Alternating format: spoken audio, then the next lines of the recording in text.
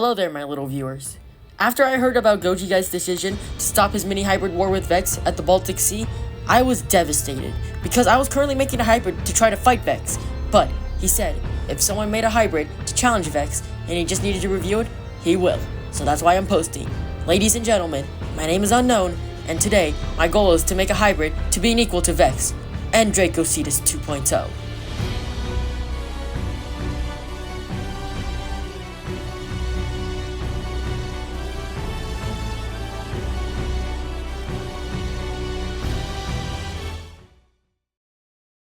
Now, I don't have much time, because Vex and my hybrid are gonna run into each other soon. So let's go over my hybrid really quick. Let's start up with the frame. The first animal we'll be adding is the short-fin mako shark. The reason I chose the short-fin mako shark instead of the regular one is due to their speed. Although they both have the thunniform swimming technique, which is one reason I added this, but the short-fin mako shark's speed is 60 miles per hour. The regular one is only 46 miles per hour. However, my hybrid is only 13 feet right now, so let's fix this by adding the orca.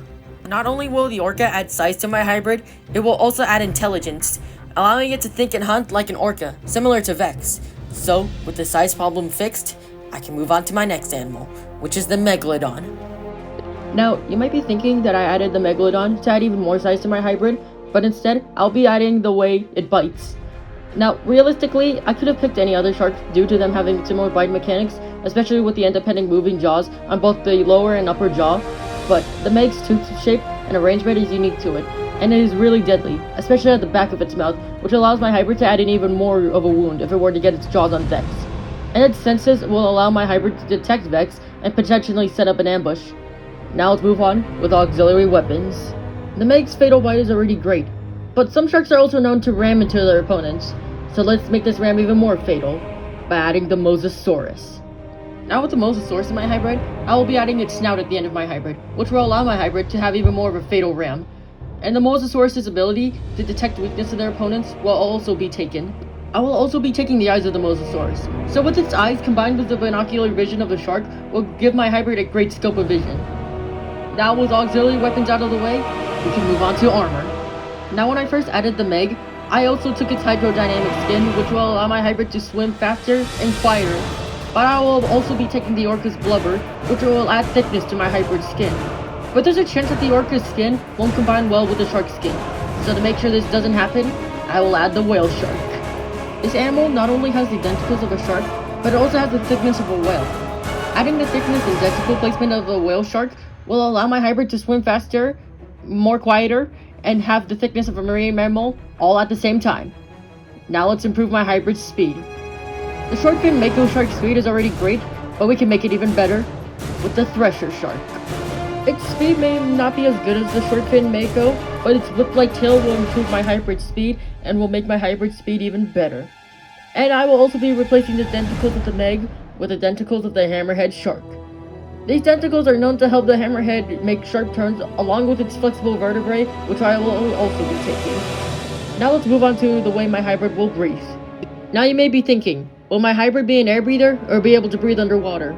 Well, to answer your question, I plan it to be both. But finding an animal that's both an air breather and can breathe underwater is hard to find, so I will make sure my hybrid will have options to do both.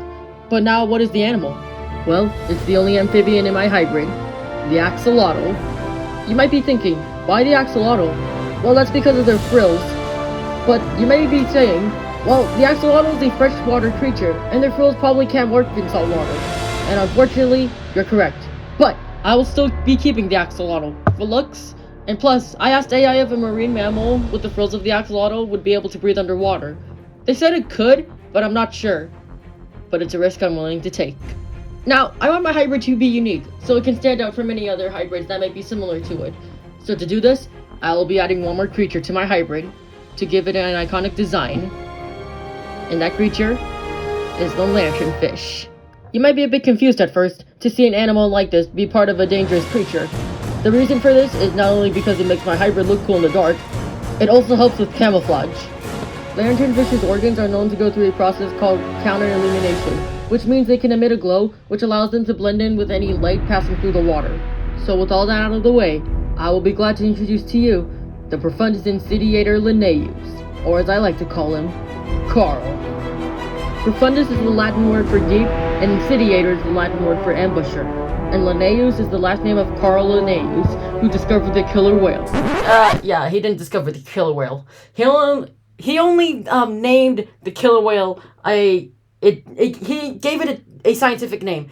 But the scientific name he gave it, other scientists then transitioned it into the actual scientific name modern scientists use for the killer whale today. So, yeah, he didn't discover the killer whale, but I will still be keeping his name in my hybrids. I guess I don't know what to call it. Scientific name, just because to honor him and to get this video done, because I'm really tired and I'm really excited to put this out. Now let's see his stats.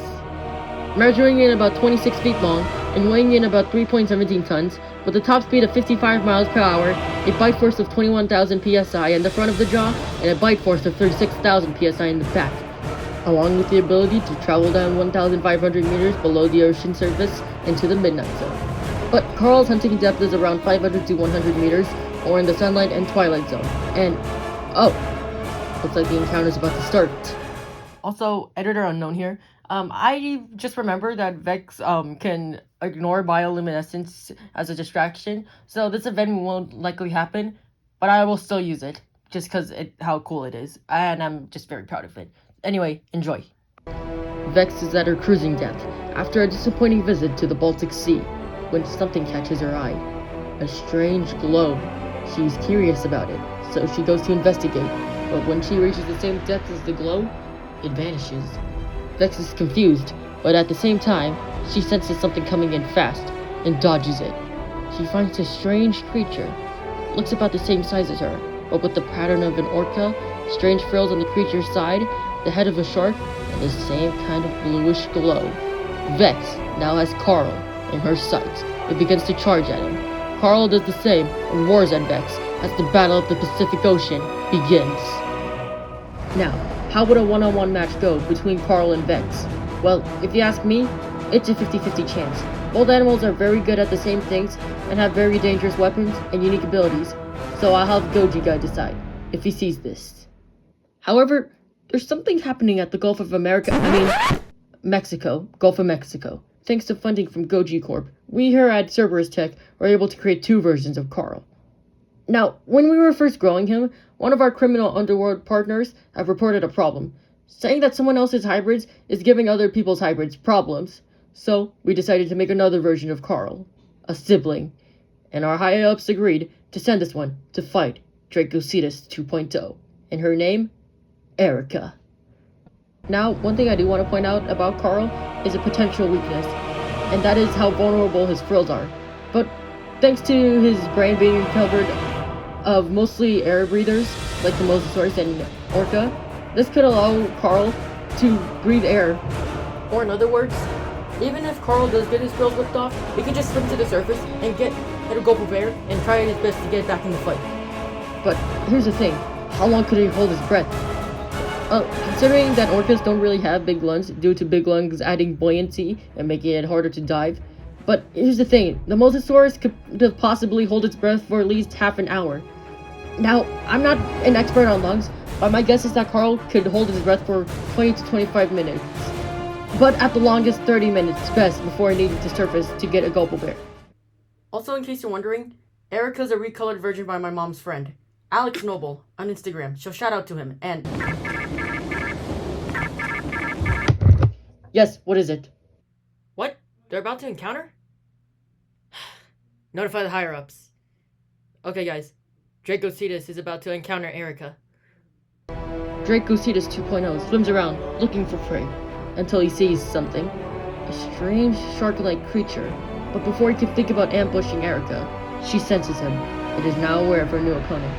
Dracocetus, thinking that this new creature could be a threat, tries to attack Erica. But she evades the attack, and both animals turn around and charge at each other as the second battle of the Gulf of Mexico begins.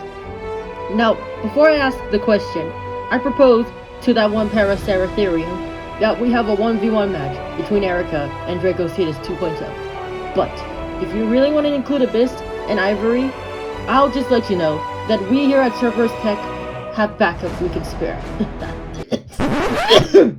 I don't know why I keep on trying to do that. That's Goji Center's thing. I'm not Goji Center. And plus, my voice is way too tired for this crap. Alright, now, how would a one-on-one match go between Dracocetus 2.0 and Erica? Well, just like Coral and Vex, I feel like it would be a really close 50-50. But anything could happen, since both animals have tough skin, high intelligence, and deadly weapons. So it's anyone's game. Hello, welcome to the end. Now, I've worked on this for a long time. This started off as a side project that I just did for fun, but then it transitioned into what it is right now. Also, I don't really expect a response from Doji guy, because I did hear about his response of him stopping his mini hybrid war. So I'm not really expecting anything from him, but if he does want to do this, I would be honored. Also, in case you're wondering, all versions of Coral are going to be air breathers. Just like the Orca and Mosasaurus, they're all going to stay near the surface, just so they can get to the surface quick and fast and take a gulp of air. Because I'm very, very unsure if the axolotl frills are going to work properly in seawater.